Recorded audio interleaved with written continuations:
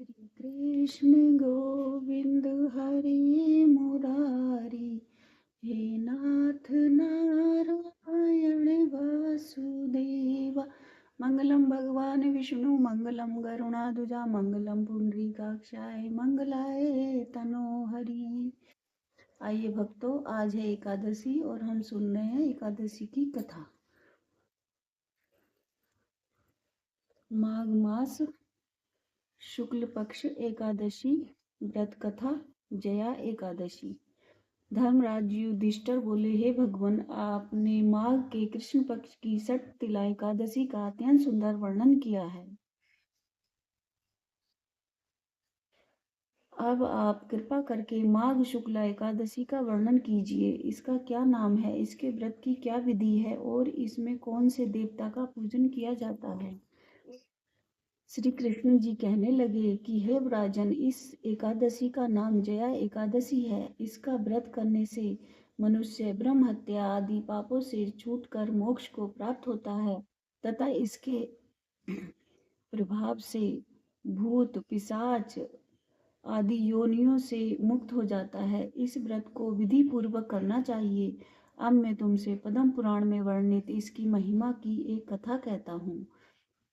देवराज इंद्र स्वर्ग में राज करते थे और अन्य सब देवगण सुख पूर्वक स्वर्ग में रहते थे। एक समय इंद्र अपनी इच्छा अनुसार नंदन वन में अप्सराओं के साथ विहार कर रहे थे और गंधर्व गान कर रहे थे। उन गंधर्वों में प्रसिद्ध पुष्पदंत तथा उसकी कन्या पुष्पवती और चित्रसेन तथा उसकी स्त्री मालिनी भी थे। मालिनी का पुत्र पुष्पवान और उसका पुत्र माल्यवान भी उपस्थित थे। पुष्पवती गंधर्व कन्या माल्यवान को देखकर उस पर मोहित हो गई और माल्यवान पर काम बाण चलाने लगी। उसने अपने रूप लावण्य और हाव भाव से माल्यवान को वश में कर लिया। हे राजन, पुष्पवती भी अत्यंत सुंदर थी। अब वे इंद्र को प्रसन्न करने के लिए गान करने लगे, परंतु परस्पर मोहित हो जाने के कारण उनका चित्त भ्रमित हो गया था। इनके ठीक प्रकार न गाने तथा ताल स्वर ठीक न होने से इंद्र इनके प्रेम को समझ गए और उन्होंने इसमें अपना अपमान समझकर उनको शाप दे दिया। इंद्र ने कहा कि मूर्खो, तुमने मेरी आज्ञा का उल्लंघन किया है, इसलिए तुम्हें धिक्कार है। अब तुम दोनों स्त्री पुरुष के रूप में मृत्यु लोक में जाकर पिशाच रूप धारण करो और अपने किए का फल भोगो। इंद्र का ऐसा शाप सुनकर वे अत्यंत दुखी हुए और हिमालय पर्वत पर दुख पूर्वक अपना जीवन व्यतीत करने लगे। उन्हें गंध रस तथा स्पर्श आदि का कुछ भी ज्ञान नहीं था। वहाँ उनको महान दुख मिल रहे थे। उन्हें एक क्षण के लिए भी निंद्रा नहीं आती थी। उस जगह अत्यंत शीत था, इससे उनके रोमांच खड़े रहते थे और दांत मारे शीत के बजते रहते थे। एक दिन पिशाच ने अपनी स्त्री से कहा कि पिछले जन्म में हमने ऐसे कौन से पाप किए थे जिससे हमको यह दुखदायी पिशाच योनि प्राप्त हुई है। इस पिशाच योनि से तो नरक के दुख सहना ही उत्तम है, अतः हमें अब किसी प्रकार का पाप नहीं करना चाहिए। इस प्रकार विचार करते हुए वह अपने दिन व्यतीत कर रहे थे। देव योग से तभी माघ मास में शुक्ल पक्ष की जया नामक एकादशी आई। उस दिन उन्होंने कुछ भी भोजन नहीं किया और न कोई पाप कर्म ही किया, केवल फल फूल खाकर ही दिन व्यतीत किया और शाम के समय महान दुख से पीपल के वृक्ष के नीचे बैठ गए।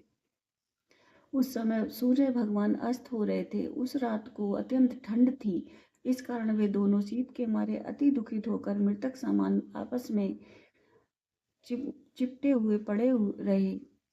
उस रात्रि उनको निंद्रा भी नहीं आई।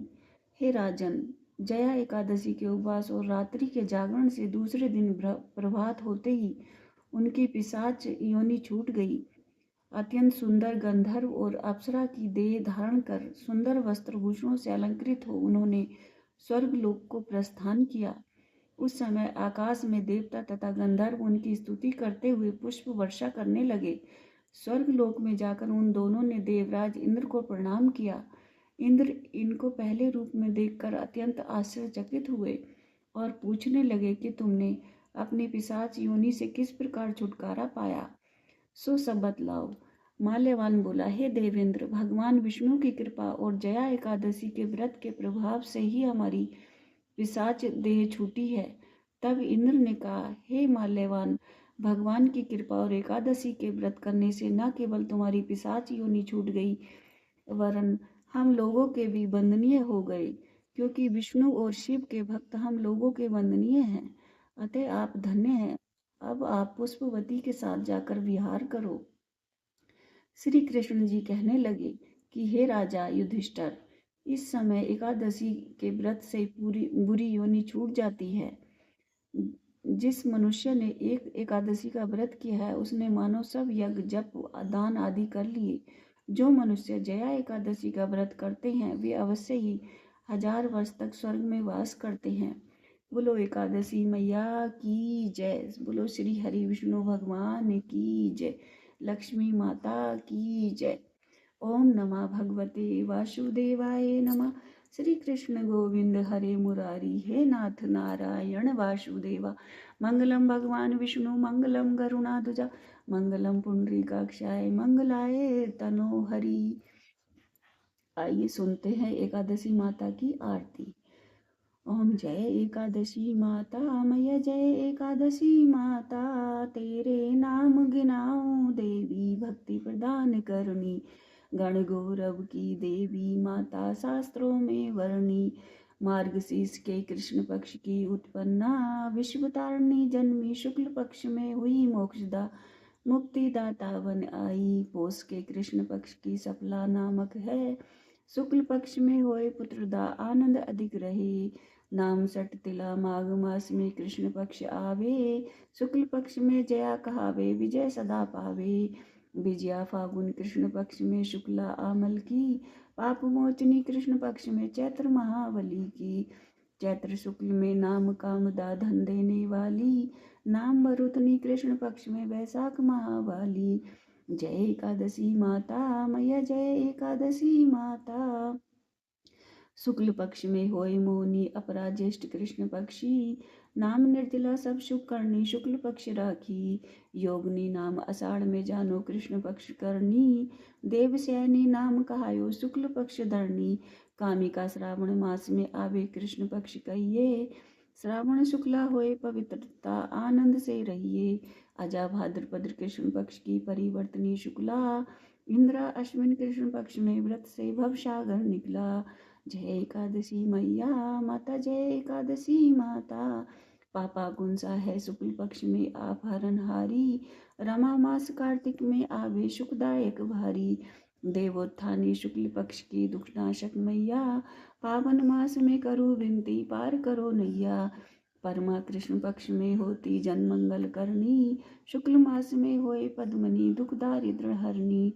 जो कोई आरती एकादशी की भक्ति सहित गावे, गुण गुरुदिता स्वर्ग का वासा निश्चय वह पावे। ओम जय एकादशी माता, मैया जय एकादशी माता। बोलो एकादशी मैया की जय। बोलो श्री हरि विष्णु भगवान की जय। श्री कृष्ण गोविंद हरे मुरारी, हे नाथ नारायण वासुदेवा। वीडियो अच्छी लगी हो तो चैनल को सब्सक्राइब करें, लाइक करें, कमेंट करें और कमेंट में जय श्री कृष्णा, जय श्री राम अवश्य लिखें।